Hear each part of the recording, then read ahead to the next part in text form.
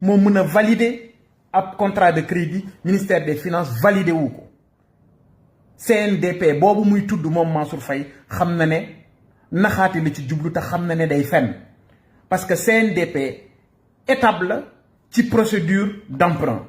c'est le ministre des finances lui-même qui doit valider la procédure d'emprunt le dossier et ça n'a pas été fait du dëgg moom Mansour Faye xam na ne du dëgg xaalis bi mi ngi ci banque bu nekk fii ñu tuddee ko FBN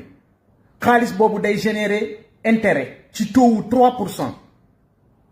ñu jël intérêt yi dugal ko ci compte boo xam ne dañ ko ubbi ci turu état bu Sénégal loo xam ne ministère des finances yëgu ko trésor yëgu ko ci faqul bënnul la fa newoon jógu fa Mansour Faye li ma lay laaj mooy ani xaalis bi suñu xaalis suñu 98 milliards la ñu bëgg nga wax ñu li ci des anamu moom Mansour Faye xam na ne dafay fen parce que moom ci boppam am na correspondance yu mu bind lu jëm ci loolu te bir na ko ne li ma ko wax moo am